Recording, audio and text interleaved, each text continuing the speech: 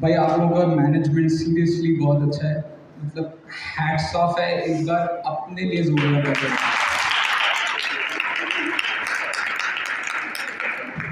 चलो, will you settle down? Thank you. चलिए, मेरी पीएचडी अंग्रेजी में है, इसलिए आप मुझे माफ कीजिएगा। हो सकता है कुछ शब्दों का उच्चारण ठीक न हो, कुछ शब्दों को मैं ऐसा कह जाऊं कि वो भाषा में आपको समझ ही नहीं आया। 8, 9, 10th 11 12th के लेवल की अंग्रेजी का मैं बिल्कुल ध्यान रखूंगा, लेकिन कदाचित हो सकता है कि मैं ऐसे कुछ शब्दों का प्रयोग कर जाऊं जो आपको ना समझ में आए, तो आप तभी हाथ उठा करके पूछ सकते हैं। ठीक है, आज हम किस मुद्दे पर बात कर रहे हैं? ये एक्चुअली एक कॉन्फ्रेंस है उदयपुर में, अभी 2 दिन बाद। हाँ, यस, हाँ, वो थैंक यू फॉर हाँ। 2 दिन बाद एक कॉन्फ्रेंस है, जिस कॉन्फ्रेंस में टॉपिक उन्होंने दिया है challenges of Jain principles based on social and दूसरा क्या है, साइंस।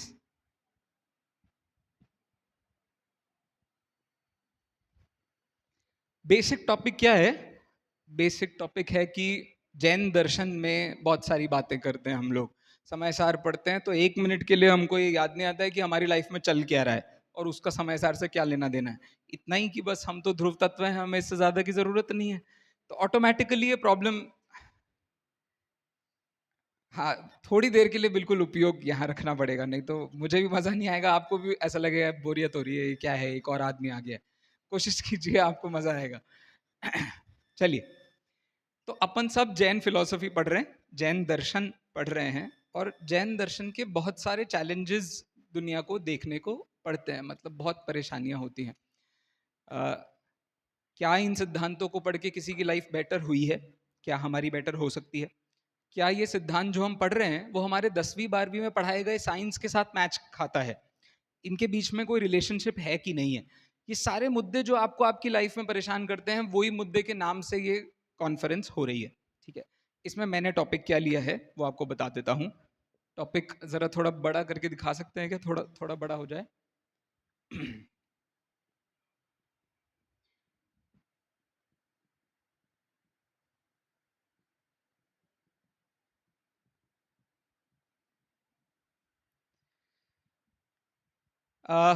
एक बहुत फेमस नॉवेलिस्ट हुए हैं, उन्होंने एक किताब लिखी है, चांस और choice. It's by Stephen Nowski. Question simple है। क्वेश्चन क्या है? हमारी जिंदगी किस्मत से चल रही है या हमारी जिंदगी मेहनत से चल रही है? आज आपको जो कुछ भी आपके पास मिला है, किस्मत से मिला है या मेहनत से मिला है? कई सारे बच्चे आपके यहाँ ऐसे आते होंगे जो बॉर्न विद सिल्वर स्पून है, मतलब बचपन में बहुत अच्छा माहौल मिला, बहुत माँ बाप बहुत रिच थे, आसपास धर्म की बातें बहुत मिल गई, बहुत जल्दी हमको संस्कार मिल गए। कुछ ऐसे बच्चे होते हैं, वो पूरी लाइफ कैसे जीते हैं? भाई अपनी तो सेट है, मेहनत करने की कोई ज्यादा जरूरत है नहीं, जैसा चल रहा है किस्मत से बढ़िया मिल गया है, माँ बाप बहुत बढ़िया मिल गए, पत्नी बच्चे बहुत बढ़िया मिल गए, सब ठीक चल रहा है। दूसरा बिल्कुल इसका इतर पक्ष होता है, जो बिल्कुल गरीबी के कस्बों में रहते हैं, जिन्होंने अपने जीवन में अभाव नाम की चीज का ही सद्भाव सुना है। उन्हें और कुछ नहीं पता अपनी लाइफ में कि जिंदगी में एक एक क्या कहते हैं उसको, बाउंटी नाम की चॉकलेट क्या होती है। उनको ये नहीं पता है कि वो क्या बोलते हैं उसको, फर you got it, Ferrero Rocher नाम की कोई चीज होती है, उनको नाम भी नहीं पता बेचारों को। ये ऐसे अभावग्रस्त लोग हैं, और उनके लिए हर चीज कैसी है? पुरुषार्थ। बिना मेहनत की हमको कुछ नहीं मिलेगा। हमको यदि अपने घर का राशन भी चाहिए तो हमको मेहनत करनी पड़ती है, हम मजदूरी करने नहीं जाएंगे तो हमारी लाइफ में हमको कुछ नहीं मिलेगा। ये पूरी जिंदगी भर तक यही सोचते हैं कि भाई सब कुछ मेहनत से ही मिलता है। पॉइंट सबको क्लियर है? ये दो चीजें हमारी जिंदगी में सबसे ज्यादा इंपॉर्टेंट है। अब आप सोचो कि यार ये क्या टॉपिक लेकर के बैठा है, मतलब बंदे को जैन दर्शन बताना, ये टॉपिक आया कहां से? तो मैं आपको इसका सोर्स बता देता हूं। सोर्स है आप मीमांसा। आप मीमांसा में कितने परिच्छेद हैं? एनीबॉडी? नोबॉडी? कैसे जी रहे हो यार तुम लोग, सांस कैसे लेते हो? देखो मैं आपको, अरे इसमें एब्स्ट्रैक्ट नहीं है मेरा, मैं एब्स्ट्रैक्ट में आपको पढ़ के सुनाता। एब्स्ट्रैक्ट में मैंने लिखा है आप्तमीमांसा, आप्तमीमांसा जैन न्याय की बाइबल है, गुरु ग्रंथ साहिब है, और क्या क्या कुरान है। ये जितने भी बड़े बड़े ग्रंथ है ना, जैन न्याय के लिए इससे बड़ा कोई ग्रंथ नहीं है। आप्तमीमांसा से बड़ा जैन न्याय के लिए कोई दूसरा ग्रंथ नहीं है। बहुत लेवल ही अलग है इसका, अभी 2 मिनट में पता चल जाएगा आपको इसका लेवल कितना गहरा है। तो इसमें कुल मिला के 10 परिच्छेद हैं, क्योंकि इसमें एक श्लोक 10 बार आया है। क्या बोला? इसमें 10 परिच्छेद क्यों हैं? क्योंकि इसमें एक श्लोक 10 बार आया है, और 10 बार सेम श्लोक के बिल्कुल डिफरेंट मीनिंग्स हैं। समझ में आ रहा है कुछ? में आपको क्या है? आपने श्लेष अलंकार सुना है? ये श्लेष श्लोक है, ये पूरा श्लोक ही श्लेष है, इसके 10 मीनिंग्स हैं। उस पूरे ग्रंथ में जब आप उस पूरे श्लोक को लेकर के घूमेंगे, आपको पता चलेगा कि असली श्लेष का लेवल क्या है, समंत भद्र की भाषा का लेवल क्या है, स्तुति विद्या लेवल क्या है, आपको तब पता चलेगा। देखो श्लोक मैं बता देता हूं, और वो इतना कठिन श्लोक है कि सच में बहुत सारे दार्शनिकों को समझ नहीं आता, जैन दार्शनिकों को समझ नहीं आता। चलो मेरे पीछे दोहराइएगा। विरोधान्नो भयैकात्म्यम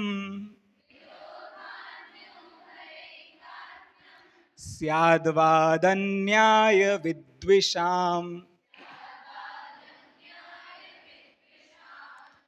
अवाच्यतैकान्तेऽप्युक्तिर् नो वाच्यमिति युज्यते। अब इसमें एक पाठ भेद भी है, उसमें नावाच्यमिति युज्यते ऐसा भी प्रयोग होता है। अब ये सिर्फ एक श्लोक है, और ये एक श्लोक के 10 डिफरेंट मीनिंग्स हैं। कितने मीनिंग्स हैं? 10। अभी अपन सिर्फ इसके एक ही मीनिंग पर चर्चा करने वाले हैं, जो कि है दैव और पुरुषार्थ। दैव इज चांस एंड पुरुषार्थ इज चॉइस। माँ बाप को हम चूज करते हैं, पति को क्यों चूज करते हैं? पॉइंट आपको समझ में आ रहा है? ये खेल बिल्कुल डेली लाइफ का खेल है। जैसे आप लोगों ने माँ बाप को चूज किया था, अरे हाँ जी कि ना जी, गिफ्ट, अच्छा नहीं किया था, ओके फाइन। आपने माँ बाप को चूज नहीं किया था, तो आपने जैन दर्शन को चूज किया था? ये रो रही हैं, यही लड़कियां रो रही हैं, ये वही लड़कियां हैं रो रही है। माँ बाप को चॉइस नहीं किया था तो बस यहाँ आ गए, अब यहाँ भी पढ़ी रहे, अपनी जिंदगी खराब है भाई। क्या साइंस में जिंदगी बढ़िया थी, हम कहाँ फंस गए यहाँ करके।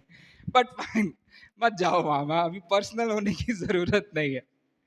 तो आप मीमांसा में 10 परिच्छेदों में से 8वां परिच्छेद है, जो कि दैव और पुरुषार्थ पर बात करता है। कितनी लड़कियों ने, सॉरी अब मैं ये वर्ड्स ऐसे निकल जाते हैं मुझे, कितनी आत्मार्थी, शाश्वतार्थी, अ, प्रबुद्ध बालिकाओं, विदुषियों सॉरी, ने क्रमबद्ध पर्याय किताब पढ़ी है। Very nice. अब आपको एक खेल पता चलने वाला है। क्रमबद्ध पर्याय में आपने जितनी बातें सुनी ना, आज मैं वो सारी चैलेंज करने वाला हूं दोबारा से सब कुछ चैलेंज होगा, और उसके हिसाब से आचार्य समंतभद्र क्या कह रहे हैं हम वहां तक जाने की कोशिश करने वाले हैं, ठीक है ना? तो आपको पता होगा, जितने लोगों ने क्रमबद्ध पर्याय पढ़ी है और उसके बाद उनके रातों की नींद छीनी है, वो ही समझ सकते हैं ये क्या चलने वाला है, वरना सबको नहीं समझ में आएगा ये क्या चल रहा है। मैं बहुत कोशिश करूंगा कि भाषा को सिंपल रखूं, ठीक है? अच्छा, उससे पहले बता दूं, मैं ये जितनी रामायण कर रहा हूं, मेरे को इसमें महाभारत कराने का बिल्कुल मूड नहीं है। मेरा उद्देश्य भी बता देता हूं। मेरा उद्देश्य फिलहाल आपको केवल इतना सिखाना है, how to write a research paper.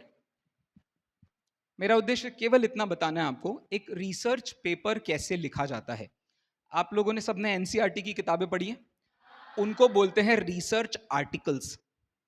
क्या कहते हैं उनको? तो पता है आपको एनसीईआरटी की कोई भी किताब का आप लेखक बता सकते हैं? बताओ। 8वीं हो गई ना तुम्हारी? हाँ, 8वीं की साइंस की किताब का लेखक कौन था एनसीईआरटी की? नहीं पता, ये देखो हमारा नहीं, this is Indian education, welcome to the education in India, but it's not your problem my dear, it's everybody's problem. किसी को नहीं पता, मुझे भी नहीं पता, नहीं बता सकता मैं ना, डोंट डोंट वरी। क्यों? क्योंकि वो किसी एक व्यक्ति ने लिखी नहीं है, वो 8 लोगों ने मिल करके लिखी थी। उन 8 में से 3 लोगों को मैं पर्सनली जानता हूँ, बहुत अच्छे से, बहुत अच्छे लोग हैं, उसमें कोई डाउट नहीं है। लेकिन ये कमिटी किताब लिख रही है। आप बताओ वेद किसने लिखे थे? बोलो। ये सबसे तेज लड़कियों से पूछता हूँ, मतलब तेज आई मीन सब ये पास आउट है ना पीछे? अच्छा ये पास आउट्स हैं, तो ये क्या है? पास क्या? बोलो। अच्छा पढ़ ही रहे हैं आप लोग, अच्छा alright, no no issues. Yes, बोलो। वेद किसने लिखे हैं? अरे हे, तालियां बजाओ दीदी के लिए। अच्छा भैया मेरे को टाइम बता देना आप, है ना, नहीं तो ये पूरी रात चल सकता है, इसमें कुछ बात नहीं है। बट फाइन, यस, वेद क्या है? अरे अरे नहीं नहीं चलेगा, वो घबरा रही है, नहीं नहीं खत्म, बिल्कुल अभी खत्म कर देंगे हम। वेद अपौरुषेय हैं। अपौरुषेय का मतलब यहाँ पर एक्चुअली अपौरुषेय नहीं है, बहुत सारे लोगों ने मिल करके लिखे हैं, क्योंकि आपने जब वेद की संहिताएं देखी होंगी तो हर संहिता का अपना अपना एक लेखक लिखा हुआ है। कहीं उन्होंने वरांग ने लिखा होगा, कहीं ऋषि भद्र ने लिखा होगा, कहीं किसी ने लिखा होगा, सबके अपने अपने लेखक लिखे हुए हैं। अच्छा मुझे बताओ, त्रिपिटक किसने लिखे हैं? ए बौद्ध क्या होता है, किसने लिखा है वो बोलो ना, बौद्ध, मैंने ये थोड़ी पूछा किसका ग्रंथ है। वाह ये तो बड़ा तेज खेल खेल रही है लड़कियां, बहुत डर के रहना पड़ेगा मुझे। Yes, anybody? नोबडी। सेम कहानी, सारे के सारे वेदों का भी कोई, सॉरी, त्रिपिटक का भी कोई एक राइटर नहीं है, वो भी एक संकलन ग्रंथ है। अच्छा मुझे बताओ, श्वेतांबरों के कितने आगम हैं? एनीबॉडी? आज चल क्या रहा है, बिल्कुल जीके की क्लास नहीं चल रही है? आहा हा। यस, श्वेतांबरों के कितने आगम है? एनीबॉडी? 45। ठीक है। और एक बात सुन लो, मैं एंटरटेनमेंट से पढ़ा रहा हूं, इसका मतलब तुम्हें सीखने को कुछ नहीं मिल रहा है। कॉपी पेन निकालो और जितनी बातें बता रहा हूं लिखो, जिंदगी में और नहीं मिलने वाली इतनी आसानी से बातें ये। All right. श्वेतांबरों के आगम कितने हैं? 45। लेखक बता सकते हैं? नहीं, क्योंकि वो भी क्या है? संकलन ग्रंथ हैं। तो आपको ये पता होना चाहिए, भारतीय साहित्य में, भारतीय या पाश्चात्य कोई भी आप साहित्य पकड़ लीजिए, इनकी नींव में 2 प्रकार के ग्रंथ हैं। एक कलेक्शन,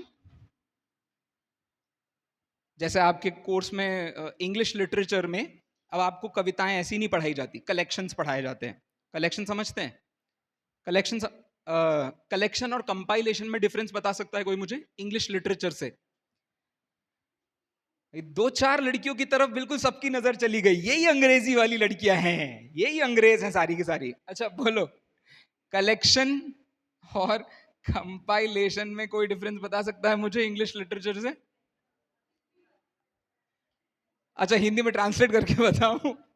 नहीं, कलेक्शन होता है एक ही व्यक्ति के द्वारा किए गए बहुत सारे कामों का संग्रह, और कंपाइलेशन क्या होता है? बहुत सारे व्यक्तियों के द्वारा किए गए काम का एक कंपाइलेशन, मतलब एक जत्था। अभिनंदन ग्रंथों के नाम सुने आपने? अभिनंदन ग्रंथ सुना है आपने? नहीं जानते अभिनंदन ग्रंथ क्या होता है? तो जब भी कोई एक विद्वान होता है और उसको हम सेलिब्रेट करते हैं, सेलिब्रेट करता है मतलब उसने किस किस दिशा में काम किया, और लोग उसके बारे में क्या कहते हैं, उसके बारे में क्या क्या विचार हैं। जैसे एक क्रमबद्ध पर्याय किताब के पीछे आप बता सकते हैं कितने लोगों का अभिमत दिया हुआ है? कभी चेक किया आपने? हाँ गुड, गुड गर्ल्स। क्रमबद्ध पर्याय किताब के पीछे कितने लोगों का अभिमत दिया हुआ है? या इसके पीछे बता दो, किसके पीछे? अरे नए चक्र के पीछे बता दो, कितने लोगों के अभिमत दिए हुए हैं? 8-10 लोगों के तो दिए ही होंगे, हाँ, 8-10। कोई नहीं।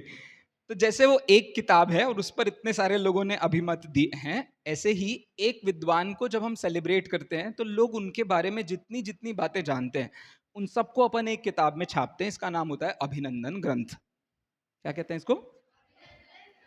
ये प्योरली इंडियन लिटरेचर है। वेस्टर्न लिटरेचर में ऐसा नहीं होता था पहले।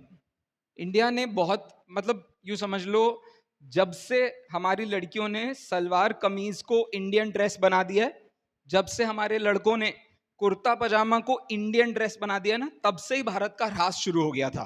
ह्रास तो समझते हैं, डिप्रेशन, और कोई अच्छा वर्ड याद आ रहा है, डिक्लाइन। मतलब तब से भारत देश बिगड़ रहा है। क्यों भाई? ये मुसलमानों के कपड़े हैं, ये इंडियन ड्रेस नहीं है। कब से इंडियन ड्रेस हो गया कुर्ता पजामा? धोती दुपट्टा इंडियन ड्रेस है, उसमें भी दुपट्टा, ये कोई दो पट्टा कुछ कुछ नहीं था। एक ही पट्टा पहनो और शांति से रहो। And even for both genders, male female, आज से भाई साहब 400-500 साल पीछे ही चले जाइए आप, मेल फीमेल, 400-500 नहीं, थोड़ा और पीछे जाना पड़ेगा, 600-700 साल पीछे जाना पड़ेगा। मेल फीमेल सेम तरीके से घूमते थे, किसी को ये वाला प्रॉब्लम नहीं था। आज ये प्रॉब्लम लेकिन बहुत बड़ा सामाजिक प्रॉब्लम है। सबको बिल्कुल मर्यादा नाम की चीज इतनी ज्यादा जरूरी हो गई है कि कुशील सेवन का असली स्वरूप तो आज ही पता चल रहा है।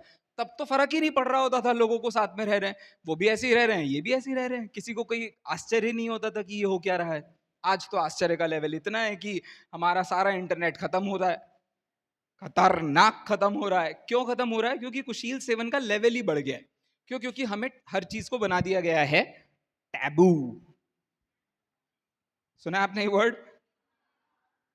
हाँ, ये सब ये इंस्टाग्राम के जमाने की लड़कियां भाई, इन्हें क्यों नहीं पता होगा। So it's a taboo. Taboo मतलब किसी चीज को बिल्कुल यूं ही बेकार बना दिया गया है, जबरदस्ती उसको इतना ज्यादा हाइप कर दिया, इतना हाइप कर दिया गया है कि अब जबरदस्ती हम उसके आगे पीछे ही घूमते हैं, हमें उसके बाहर निकल नहीं पाते हैं। तो ये एक आइडिया है, ठीक है। वापस आते हैं। तो दो तरीके के ग्रंथ हैं हमारे यहाँ। तो एक तो कलेक्शन बेस्ड ग्रंथ है और दूसरे हैं कंपाइलेशन बेस्ड ग्रंथ। कलेक्शन क्या है? तो एक ही व्यक्ति ने बहुत कुछ लिखा है, एक भी लिखा हो, बहुत लिखा हो, कुछ भी होगा। दूसरा, बहुत सारे लोगों ने मिलकर के किसी एक चीज को लिखा हो, ठीक है।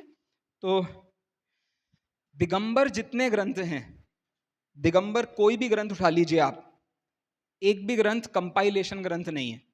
हर चीज का आपको राइटर मिलेगा। क्यों?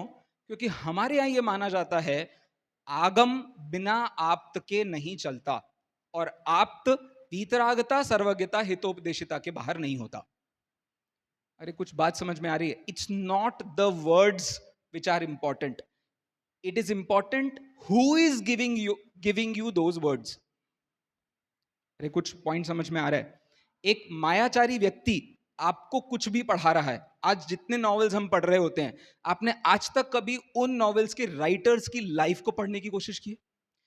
जितने स्कूल में आज तक आपने हिंदी लिटरेचर की किताबें पढ़ी हैं, आपने इंग्लिश लिटरेचर की किताबें पढ़ी हैं, आप बता दो मुझे कितनों के आप राइटरों के नाम ही जानते हैं? जीवन तो बहुत दूर की कहानी है। अरे कुछ पॉइंट समझ में आ रहा है? ये हमारे दिमाग में भरा गया वेद की मेहनत है, वेद की कीमत है। वेद का जैसे राइटर नहीं पता ना, किताब बहुत महान है, इससे ज्यादा धरती पे कोई महान किताब नहीं है, त्रिपिटक से महान धरती पर कुछ नहीं है। क्यों? पता नहीं है किसने लिखे हैं। तो फिर एक दिन आया, कौन सा दिन आया? विद्यानंद स्वामी ने धरती पर जन्म लिया, और विद्यानंद स्वामी ने यह कहा इस चीज का राइटर कोई चोर हो, यह मान्यता क्यों नहीं हो सकती? कुछ पॉइंट समझ में आया क्या आपको? फिर से बोल देता हूं। जिस चीज का हमको राइटर नहीं पता, अब वो राइटर चोर हो या साधु हो, कैसे पता चलेगा? नहीं पता चल सकता। इसीलिए कभी भी किसी किताब को पढ़ने अब मैं नहीं जाता जब तक मैंने उस राइटर की हिस्ट्री नहीं जान ली। मैं तब तक कोई मूवी देखने नहीं जाता जब तक कि मुझे पता नहीं है कि उसके एक्टर्स कौन है, उसका डायरेक्टर कौन है, उसका स्टोरी राइटिंग किसने करी है, उसका स्क्रिप्ट राइटर कौन है। मैं नहीं जाता। मेरा तो कंटेंट वैसे भी कुछ ज़्यादा एडवांस होता है, या तो मैं हिस्टोरिकल जाता हूँ, या कोई कंपाइलेशन जैसे कश्मीर फाइल्स जाऊंगा, या ऐसी पिक्चरें जाऊंगा कि उस बंदे ने इतनी मेहनत करी है जितनी मैं नहीं कर सकता था इतने घंटे देकर। यदि मैं पिक्चर देखने जा रहा हूं तो मेरा एक जनरल मोटिव ये होता है, इस चीज को मैं नहीं कर सकता था, मतलब मैं 10 मूड का हो जाऊंगा तो मुझे 5-7 साल लग जाएंगे इस एक चीज को पढ़ने में, जो कि वो बंदे ने इतनी सारी टीम के साथ इतना पैसा खर्च करके हमें सीधे सीधे ही बता दिया। तो अच्छी बात है, आपको बहुत कुछ सीखने को मिल गया। So that way it's an important aspect, ठीक है। कहां की बात चल रही है? दिगंबरों ने कभी भी बिना राइटर के एक भी वर्ड जगत में प्रसिद्ध नहीं किया। हर चीज का राइटर होगा सिवाय लघु जैन सिद्धांत प्रवेशिका के। The devil of everybody is it.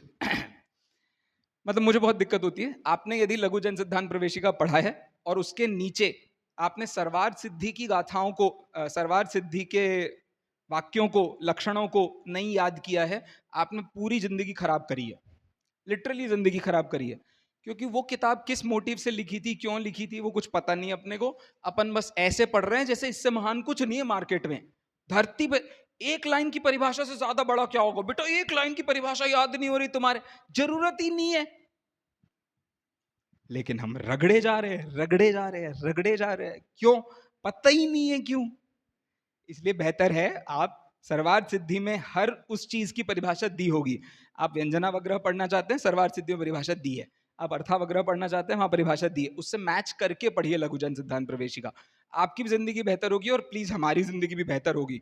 वरना तुमको जिंदगी भर तक समझाना पड़ेगा अन्योन्या भाव में, अत्यंत भाव में क्या अंतर होता है। आज तक अंतर नहीं पता। वो वर्तमान पर्याय, यहां से काका को नहीं हो सकता, को में नहीं हो सकता। अरे भैया क्या चल रहा है ये, छोड़िए। फिलहाल ये पॉइंट आपको समझ में आया? जैनों के जो ग्रंथ हैं, दिगंबर जैनों का कोई भी ग्रंथ ऐसा नहीं मिलेगा आपको पुराना जिसका लेखक न पता हो। अमृत चंद्राचार्य की लाइफ आपको पता है, आपको उमा स्वामी की लाइफ थोड़ी बहुत 19-20 पता है, कुंद कुंद की लाइफ आपको पता है। तब जाकर के इन वर्ड्स में वो जो कह रहे हैं उसकी गंभीरता अपने को पकड़ में आती है। ठीक है? अब एक चेतन भगत का नॉवेल पढ़ रहे हैं आप, मान करके चलिए, उदाहरण के लिए आप चेतन भगत का एक नॉवेल पढ़ रहे हैं। आप चेतन भगत को जानते हैं? अरे हाँ जानते हैं। 10वीं में कितने नंबर आए थे चेतन भगत के, बोलो? और 10वीं में उसके नंबर 11वीं से ज्यादा आए थे कि कम आए थे, और क्यों? आया मजा? तुम लोग पता तो कुछ नहीं है, बात किससे खेल रहे हो यार? आदमी से देख के तो लड़ा करो। फाइन। मेरे कहने का मतलब यही समझिए कि आईआईटी आईआईएम में जाने के बाद भी उस बंदे से देश का उद्धार नहीं हुआ सिवाय एंटरटेनमेंट के। आपको कुछ पॉइंट समझ में आ रहा है? मैं उनको डिलीनिएट नहीं कर रहा हूं, मैं चेतन भगत को आईना नहीं दिखा रहा हूं, उनको नीचा भी नहीं दिखा रहा हूं।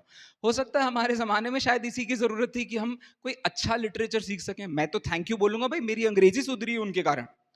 कॉफी विद करण को देख देख के मेरी अंग्रेजी सुधरी, इतनी अच्छी कि मैं पीएचडी कर रहा हूं भाई इंग्लिश में। मैं कैसे करण करण करण जौहर, थैंक यू, मैं करण जौहर को कैसे बुरा भला कह सकता हूं? मैं चेतन भगत को कैसे बुरा कह सकता हूं? मेरी 10वीं 12वीं उन्होंने बिताई है। मैं जेके रॉलिंग को कैसे बुरा कहूंगा? भाई जेके रॉलिंग के चक्कर में तो सबसे ज्यादा नंबर आए मेरे इंग्लिश लिटरेचर में। कहा? 10वीं में और 12वीं में। क्यों? हैरी पॉटर ही हैरी पॉटर पढ़ी। एग्जाम के 4 दिन पहले आ गई थी 5वीं पुस्तक। 5वीं पुस्तक का नाम है, कितनों को याद पता है? The order of the Phoenix.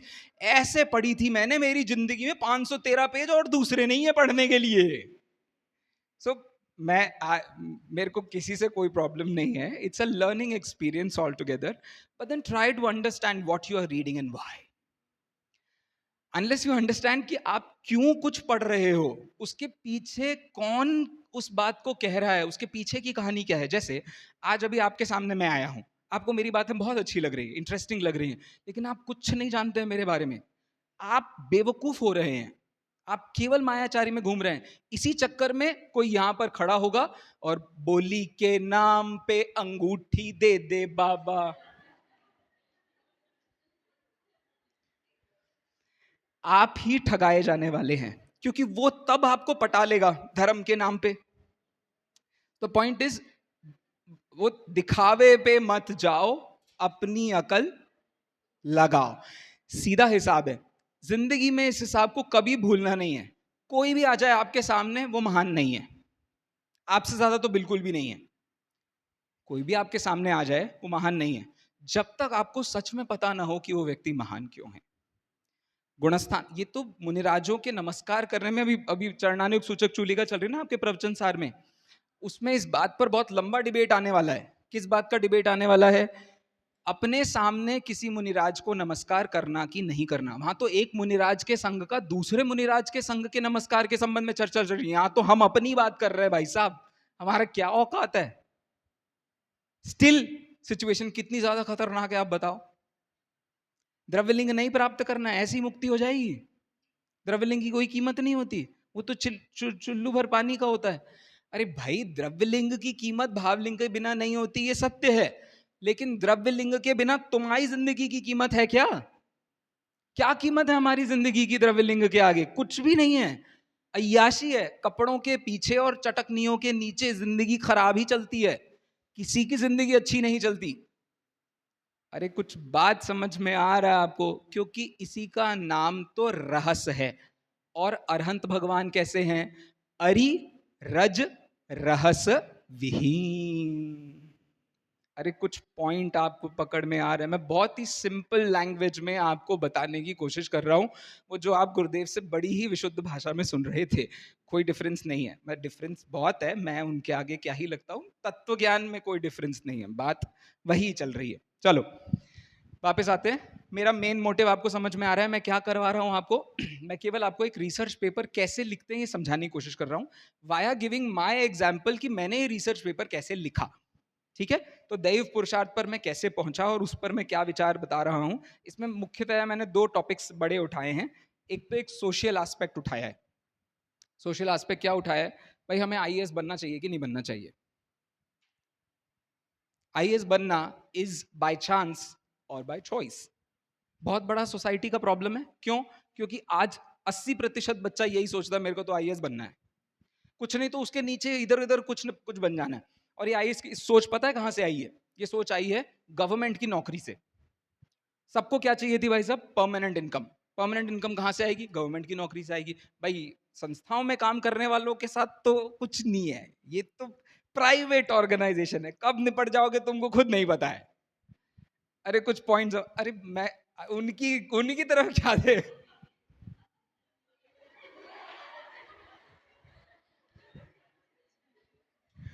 मेरे भी सेम ही हाल है भाई, इसमें क्या बड़ी बात है।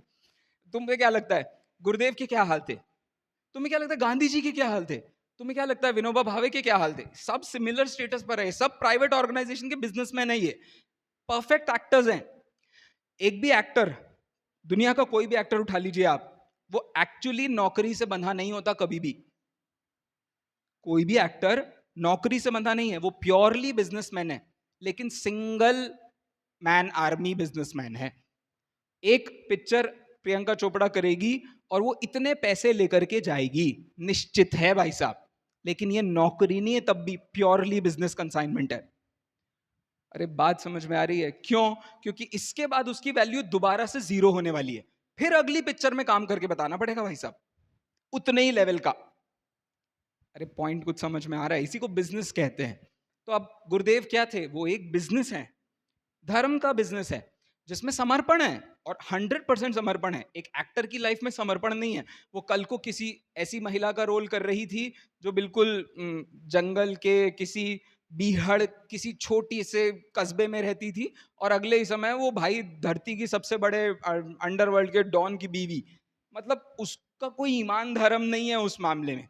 गुरुदेव का है, विनोबा भावे का था, फिलोसफर्स का होता है। लेकिन ये सबके सब बिजनेसमैन होते हैं भाई साहब, सारे। कैसे होते हैं ये बिजनेसमैन? क्योंकि इनकी लाइफ इन्होंने किसी की नौकरी पर नहीं छोड़ी है, ये अपने टर्म्स पे जीते हैं। कुछ पॉइंट समझ में आ रहा है आपको? अपने टर्म्स पे जीना बहुत बड़ी बात होती है। वरना लोग क्या करते हैं? सरकारी नौकरी ढूंढते हैं, और इसीलिए उन्हें क्या बनना होता है? आईएएस। अच्छे घरों के संस्कारों के बच्चे जरूरी नहीं है आईएएस बने, क्योंकि उनके माँ बाप जबरदस्ती नहीं करते उनके साथ में, बेटा तेरे को जो बनना है बन लेना, समझदार है। लेकिन आप जैसे ही अपर मिडिल क्लास पर पहुंच गए, हर बंदे के घर में उसको एक आईएएस चाहिए। दो चार बच्चे करते ही इसलिए, एक इधर नहीं तो इधर लग जाएगा, इधर नहीं तो इधर लग जाएगा, कुछ ना कुछ हो ही जाएगा। प्रॉब्लम समझ में आ रही है आपको? This is killing our society. Why? ये सारे के सारे जो आईएएस बन रहे हैं, ये ऑब्जेक्टिव ऑब्जेक्टिव क्वेश्चंस को कैसे सॉल्व करना है इस बुद्धि को रखें, लेकिन लाइफ का कोई ऑब्जेक्टिव नहीं है। अरे पॉइंट समझ में आ रहा है, इसीलिए वो इंटरव्यू में फेल होते हैं। इंटरव्यू कब जीतता है, पास करता है व्यक्ति? इंटरव्यू के भी इतने टैक्टिक्स आ गए हैं, इतने आंसर्स आ गए हैं, रटा दिए गए हैं, मतलब जैसे कि एक धवला की किताब हो। I am really not joking. आप धवला की एक पुस्तक पकड़ लो, वो एक गुणस्थान को पकड़ेंगे और फिर चालू हो जाएंगे, और फिर इसमें ये होता है, इसमें ये होता है, इसमें इतनी विच्युत्ति होती है, फिर इसमें ये उदय विच्युत्ति, सत्य विच्युत्ति, दुनिया भर का सारा हिसाब बताने बैठेंगे। बिल्कुल सेम। भाई इंटरव्यूअर ने सबसे पहले क्या देखना है? तुम्हारा अपीयरेंस, चाल कैसी होनी चाहिए। क्यों? क्यों चाल कैसी होनी चाहिए? क्यों? आपकी पर्सनैलिटी नाम की कोई चीज नहीं है, आप नाम की कोई चीज नहीं है, चाल नाम की चीज है। चाल चलन जिनका पता नहीं है, ऐसे आदमी दुनिया के सबसे महान आदमी बन रहे हैं। चल क्या रहा है ये? आपको कुछ पॉइंट समझ में आ रहा है मैं कहां तक ले जाने की कोशिश कर रहा हूं आपको? बात बहुत सिंपल सी चल रही है, बहुत ही सिंपल सी बात चल रही है। क्या समझा रहा हूं मैं आपको? मैं आपको ये समझा रहा हूं सोशियली दैव और पुरुषार्थ का कितना बड़ा रूप होता है। दूसरा, मॉडर्न साइंस। आपको क्या लगता है बिग बैंग थ्योरी इतना फेमस क्यों हुई? एनीबॉडी? बिग बैंग थ्योरी का नाम कितने लोग जानते हैं? चलो हाथ उठाइए। ओ माय गॉड, मुझे तो लगता है 8वीं 9वीं की क्लास को भी मुझे ही पढ़ाना पड़ेगा आकर के। बड़ा बुरे हाल है ये तो। स्कूल में तब स्कूल के टीचर्स को पढ़ाना चाहिए था ये तो। साइंस के टीचर्स लोगों को बिग बैंग थ्योरी नहीं पढ़ा रहे हैं, इलेक्ट्रॉन्स न्यूट्रॉन्स पढ़ा क्यों रहे हैं? जब इन्हें पता नहीं कि इनका लक्ष्य कहाँ जाने वाला है। मतलब कुछ भी हिसाब किताब नहीं पता बंदों को। चलिए जाने दो। मैं, ऐसा होता है ना, एक एक टीचर की दुकान चल रही है तो दूसरे टीचर की दुकान को वो गाली देगा, ये तो कंपटीशन की दुनिया ऐसे ही होती है। बट स्टिल वहां नहीं जाता हूं मैं। सिंपल सी बात समझिए, हमारे यहाँ एक मान्यता चलती है। क्या मान्यता चलती है? कि ये जितने भी प्लैनेट्स हैं ना, प्लैनेट्स के नाम तो जानते हैं? अरे हाँ जी की नाथ जी। ये प्लैनेट्स क्या हो रहे हैं? ये सब घूम रहे हैं सन के इर्द गिर्द। और क्या हो रहा है? इनके अपने अपने रिंग्स हैं जिनमें ये मूव कर रहे हैं। और ये माना जाता है कि ये रिंग्स दूर दूर हो रहे हैं। मतलब सपोज मान करके चलिए ये ए है, मर्क्यूरी है, वीनस है, ये बी है। So distance between A and B is expanding. ठीक है? Distance between A and B is expanding, B and C is expanding, A and C is expanding, everything is expanding, and hence we have lost Pluto. क्या मस्त रटा था भाई, मतलब जबरदस्त। गायब हो गया वो तो, बिल्कुल ही गायब हो गया। Why? Because the universe is expanding. ठीक है? नाउ ये मैंने ए बी जो बनाए हैं, ये ए बी क्या हो गए? प्लैनेट्स। ठीक है? अब मान करके चलिए ए डैश ये एक गैलेक्सी का सन है। ठीक है? ऐसे ही दूसरी गैलेक्सी को पकड़ लीजिए, बी डैश, ये क्या है? दूसरी गैलेक्सी है। Now distance between A dash and B dash is also expanding. मतलब वो दो गैलेक्सीज भी दूर हो रही हैं। ठीक है? तो ultimately the whole world is moving away from one another. Clear? अरे बात समझ में आ गई? चलो, now this is future, so let's go to past. Past में क्या हुआ होगा? वो दो चीजें जो अब दूर हो रही हैं वो पास थी, और पास थी, और पास थी, और पास थी, और फिर क्या? ये सब कुछ एक छोटे से हिस्से में था। इसको बोलते हैं पैनकिया। एंड दिस, ये फट गया और ये पूरी दुनिया आ गई। ठीक है? अब आपको इसको इसको क्या बोलते हैं? इसको बोलते हैं the big bang theory, TBBT। ठीक है? कि पूरी दुनिया कहां से आई है? तो ये एक छोटी सी चीज थी, ये फट गई और हमको पूरी दुनिया मिल गई। अब ये मान्यता पता कहां से आ रही है? मान्यता, एक ईश्वर था जिसने इस पूरी दुनिया को बनाया था, उसकी मर्जी से ये पूरी दुनिया चल रही है। वो हर चीज में अपनी आत्मा का अंश देता जा रहा है और हर व्यक्ति का विकास करता जा रहा है। किसने दी थी ये सोच? वेद ने नहीं दी थी। किसी वेद में ईश्वर के बारे में ऐसी मान्यता नहीं दी हुई है। उनके पुराणों में भी ऐसी मान्यता नहीं है। कौन लेके आया था ये रामायण? एनीबडी? न्याय के विद्वान हो तुम लोग, तुमको पता होना चाहिए। बोलो पीछे, नहीं तो मैं अब भी फोन करूंगा पंडित जी को, बकवास करी तो। बोलो।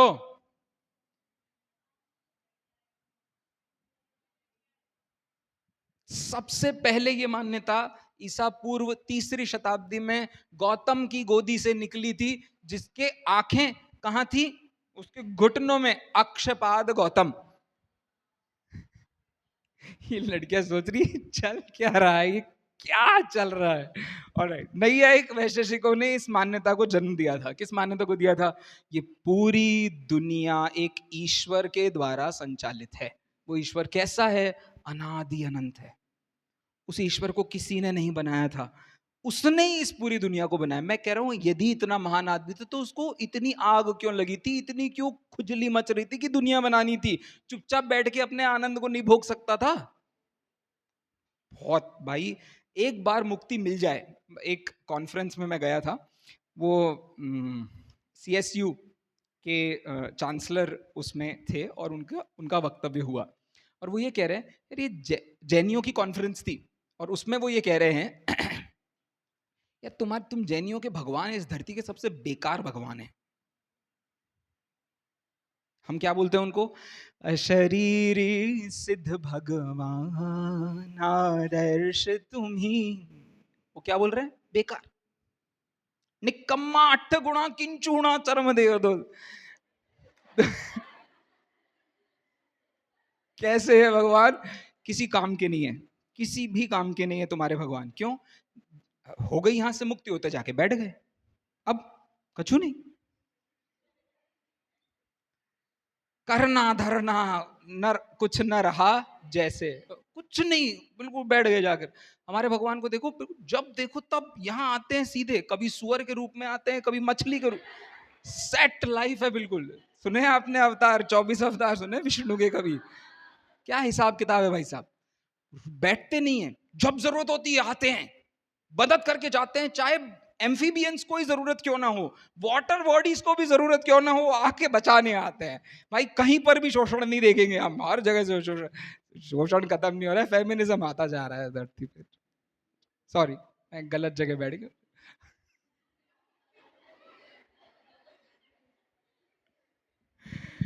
Alright, I hope this point is very clear to everybody. क्या? तो मैं ये रिसर्च पेपर क्यों लिख रहा हूं, इसका उद्देश्य समझ में आया आपको? मेरे दो ही एजेंडेज थे। पहला ये कि हर आदमी को IAS बनना है, और दूसरा ये, मॉडर्न साइंस भी पूरी तरीके से केवल अपनी उन मान्यताओं को पोषण कर रही है क्योंकि इसके पास खुद का दिमाग तो है नहीं। तो ये दिमाग लाती कहां से? भाई हम सूरज के चक्कर काट रहे हैं, मतलब हद तो देखो, कौन किसके चक्कर काट रहे हैं? हम सूरज के चक्कर काट रहे हैं, सूरज हमारे चक्कर नहीं काट रहा है, हम सूरज। कहां से आ रही है सारी बातें? कहां से आ रही है सारी बातें? धर्म जब आपके दिमाग में ओवर घुस जाता है तो या तो आप उसका विरोध करते हो या आप उसका ओवर समर्थन करते हो। ओपनहाइमर किस चीज के लिए जाना जाता है ये आदमी? गीता के लिए। गीता की उन पंक्तियों के लिए जाना। कौन, किसकी बात कर रहा हूं मैं, समझ रहे हैं आप? कौन है ओपनहाइमर? अरे नाम पूरा बताने से कौन है का उत्तर हो जाएगा क्या? ओपनहाइमर कह रहे हो तो वो कह रही है रॉबर्ट ओपनहाइमर। मतलब चलो उसको थोड़ा पता है कौन है। रॉबर्ट ओपनहाइमर वो है जिसके कारण दादा का अनेकांतवाद का प्रवचन बना है। आपने कभी दादा का अनेकांतवाद का प्रवचन सुना है? अनेकांत और आतंकवाद में आज तो अंतर ही खत्म हो गया। कभी सुनाओ भैया इन बच्चों को। अनेकांत का बहुत खूबसूरत प्रवचन है दादा का। क्या कह रहे हैं वो ये कह रहे हैं, आज एक जमाना था जब हम अनेकांत को सुनकर के ही समझते थे हमारे अंदर कितनी शक्तियां हैं, हमारे अंदर कितनी योग्यताएं हैं। आज हमें क्या क्या सुनाई देता है अपने कानों में? भाई कितने लोगों के तोपों के गोले, न्यूक्लियर तोपों के गोले हमारी तरफ लगे हुए। तुम्हें क्या लग रहा है कितने दिन बचोगे तुम? नेपाल का ही मोड़ोगे तो निपट जाओगे बेटा। नेपाल का, जिसकी इकोनॉमी तुमसे कितनी है, उसका GDP जानते हैं आप कितना है? अरे कुछ, तुम लोग क्या जी रहे हो, जी कहाँ रहे हो? इससे बाहर नहीं निकलते क्या तुम अपनी बाल बोत पाठमाला भागी से? मुंडी हिलाई ना, बहुत बहुत तो मार। अरे वो आपकी जिम्मेदारी है बाबा, उनकी जिम्मेदारी नहीं है। वो अपनी जिम्मेदारी पूरी कर रहे हैं। आपको जिंदगी में बेहतर होना है भैया। उन लोगों का तो जो होना था वो हो गया है, उन लोगों का मतलब हम लोगों का जो होना, आपको अपना देखना है। आपका उद्धार कितना हो रहा है वो आप देखेंगे। चलो, मैं तो केवल आपके केवल ज्ञान चक्षुओं को थोड़ा कुरेदने की कोशिश कर रहा हूं और कुछ नहीं कर रहा।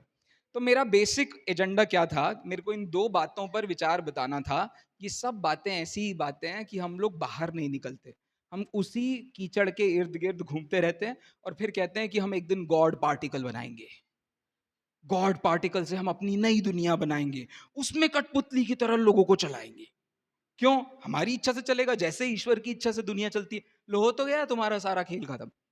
हमें एक गॉड इक्वेशन बनानी है जिससे हमें पता चल जाए पूरी दुनिया कैसे चल रही है, और फिर क्या करेंगे, हम उसको रेप्लिकेट करेंगे। वाह, 50 साल से चल रहा है ये काम।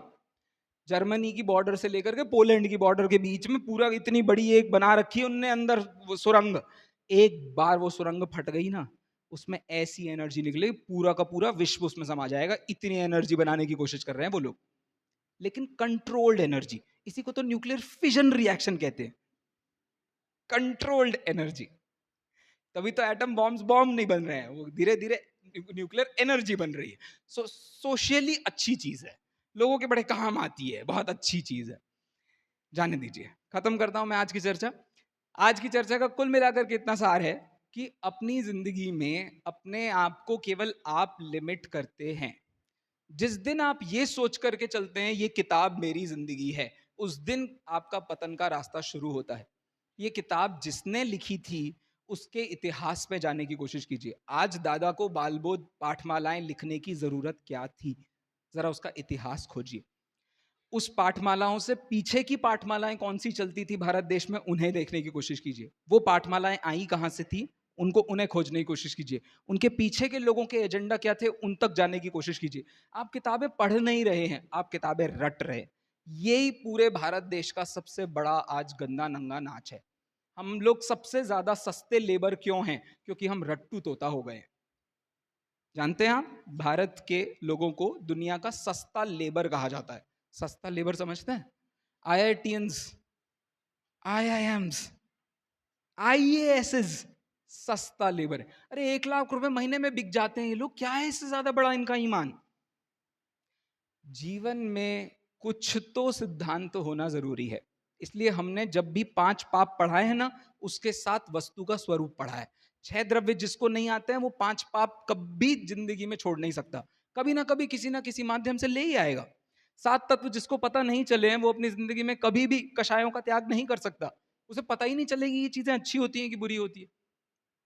पॉइंट समझ में आ रहा है आपको? प्लीज अपनी किताबों से अपनी दुनिया को छोटा बनाने की कोशिश मत करो। वो किताबें आपके देखने की, वो क्या हैरी पॉटर पार्ट 3 का डायलॉग नहीं है,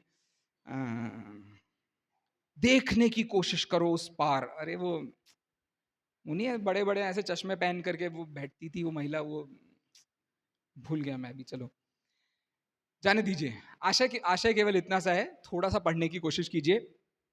मेरा मुद्दा तो इतना सा बताना है, एक रिसर्च पेपर कैसे लिखा जाता है। कल मैं आपको एक रिसर्च पेपर बनाने का तरीका भी कल सुबह बताऊंगा। आज तो मैंने जो रिसर्च पेपर बनाया था, वो रिसर्च पेपर कैसा है वो अभी मैं दिखा तो पाया नहीं हूं आपको, बाद में दिखाता हूं। विषय क्या है वो मैंने आपको बता दिया है। विषय क्या है? दैव और पुरुषार्थ, दोनों में कौन सही है कौन गलत है, क्या है, कैसे दुनिया चलती है, क्या इसके पीछे का राज है, ये सब समझने की कोशिश हम धीरे धीरे इसके बहाने करेंगे। बोले महावीर भगवान की। और आपने मुझे बताया नहीं कि कितने बजे बंद करना है। अच्छा ठीक, यस वी डिड इट। चलिए समापन करें, आइए।